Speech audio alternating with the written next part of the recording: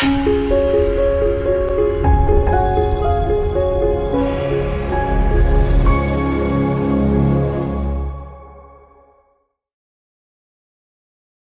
is mercy. God is also justice. We talk a lot about God's mercy. I talk a lot about God's mercy, as well we should, as well I should. A couple weeks ago, we focused on God's relentless pursuit of us. The fact that it doesn't matter what's in the past, it doesn't matter what I've done. God does not and cannot stop loving us. At times, we think maybe he stops loving us, feeling like he's far, far away, or maybe he's forgotten about us. He's grown tired of me for how often I fall, for how often I struggle. But there he is, always there, ready to forgive. God is mercy. And then we have the readings this weekend, referring to the second coming and the end of times.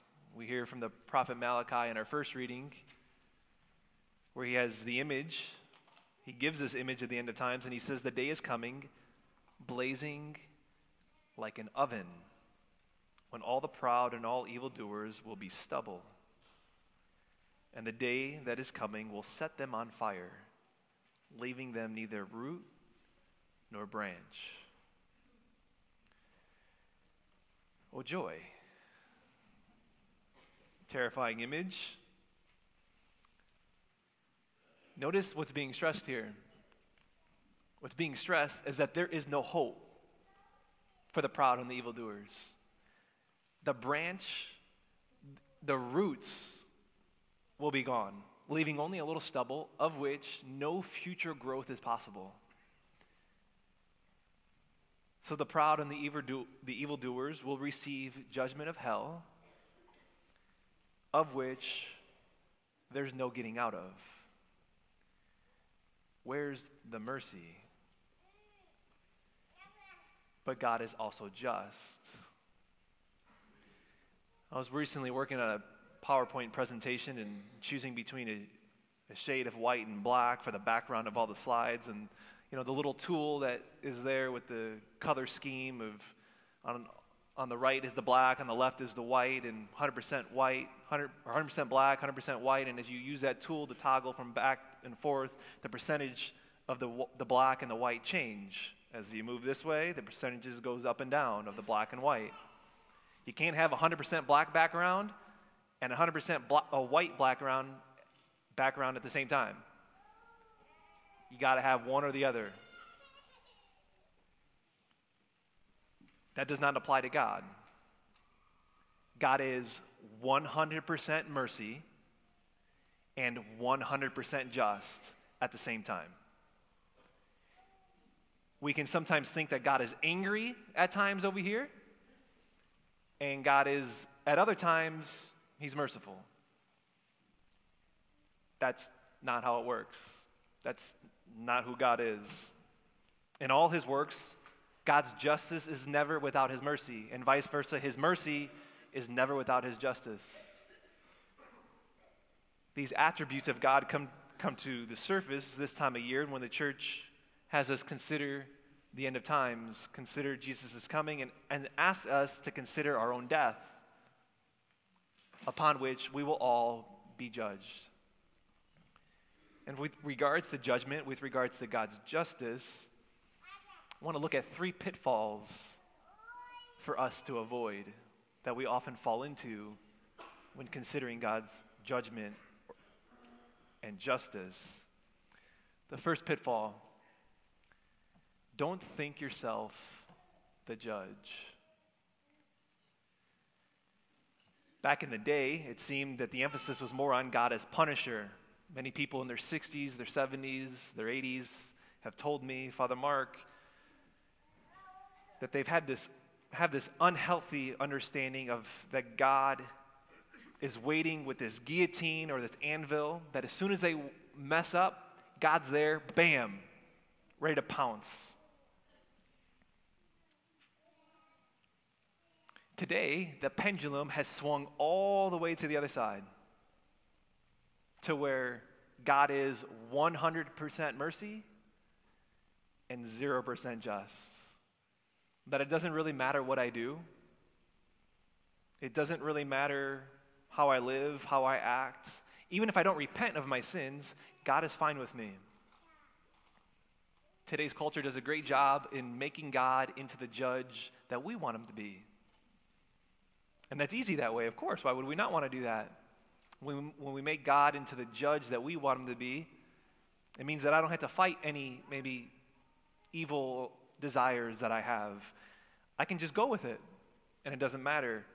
Because even if I don't repent when I die, it doesn't matter. God is all loving, and he's all merciful. And God is all loving, and he is all merciful, and he's also all just.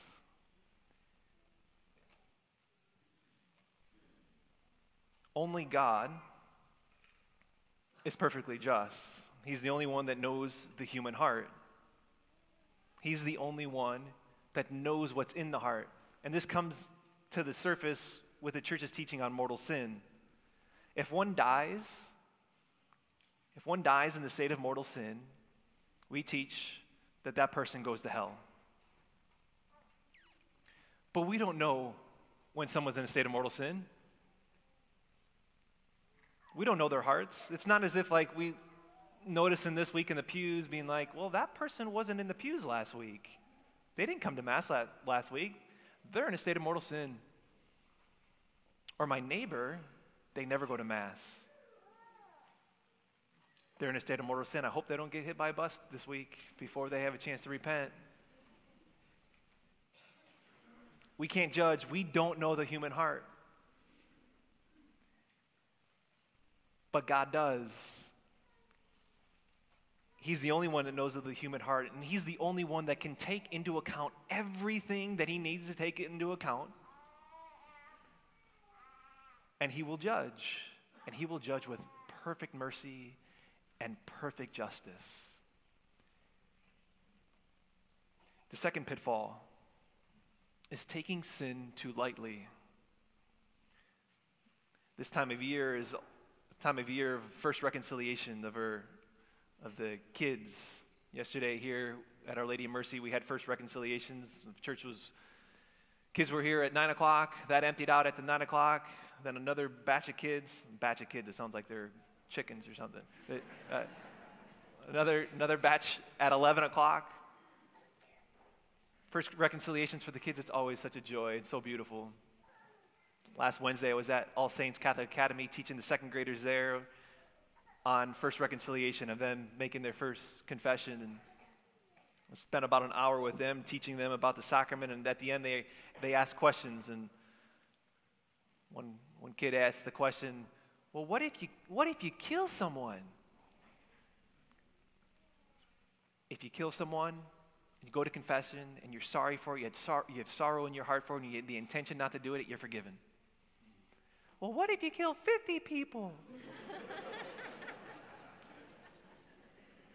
If you kill 50 people and you go to confession, and you're sorry in your heart, you have sorrow in your heart, you have contrition, and you have the intention not to do it again, God will forgive you. No questions asked. Well, what if you steal an entire store? And they made it descriptive that he means everything in the store, right? Like the semi takes everything from the store and steals everything. Even if the person steals everything from the store, they have sorrow in their heart. They have the intention to not do it again. God will forgive them. And then you just see in their eyes of another kid just about to say and thinking, well, okay, well, if I go home and bite my sister, then I can just be forgiven. And the teacher noticed, before I noticed, that the kids were beginning to have this unhealthy understanding of taking sin too lightly. They weren't grasping the weight, the consequences, the punishment of sin. And the remedy for that is just to look up here. There's the consequence of sin. There's the punishment of sin. There's the weight of sin. And the beauty of that is that we deserved that.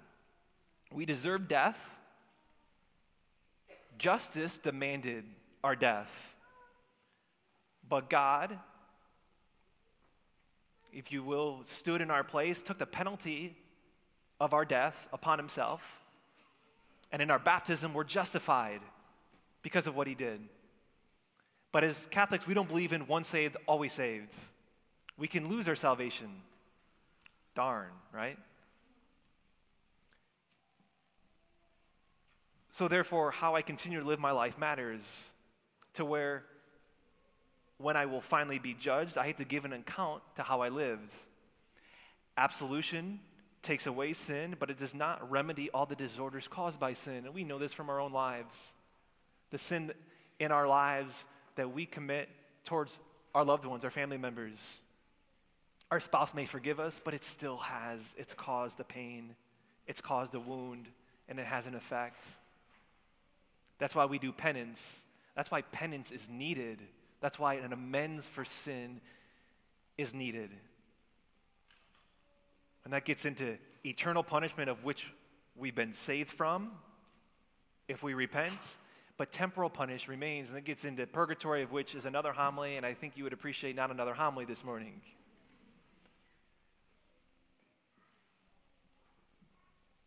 The third pitfall is living as though your judgment is far off.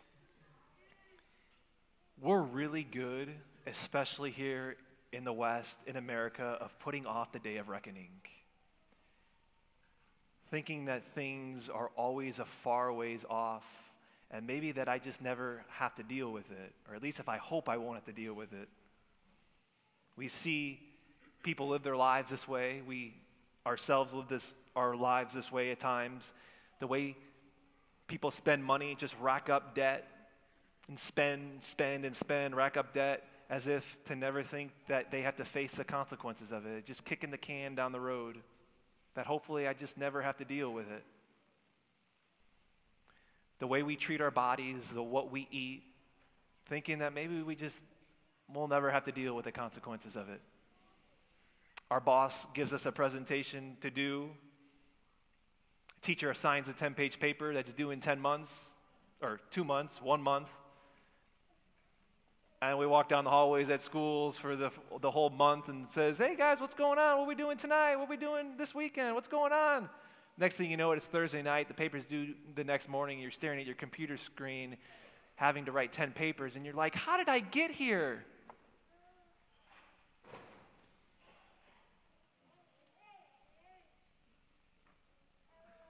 Over and over and over again in the scriptures, Jesus, and especially as we'll hear in this month, in these coming weeks, is to be ready.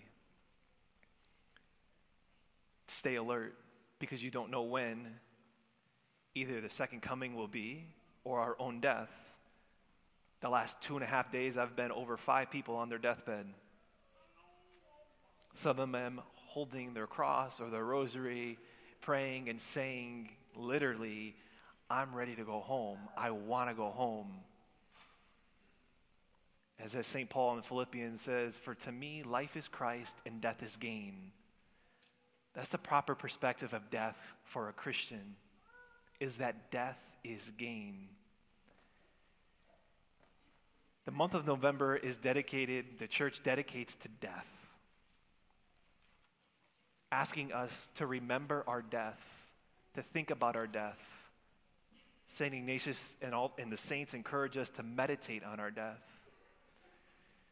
So as you and I this month meditate on our death, let us remember that he is 100% mercy. That what he did on the cross saved us. It's at our grasp to turn to and to accept. Even if I struggle, even if I continue to fall, he's there. And that he is 100% mercy. Let it move us to turn to him and repent. And let us also remember that he is 100% just. And he will judge with justice, perfect justice. Let this too move us to repent.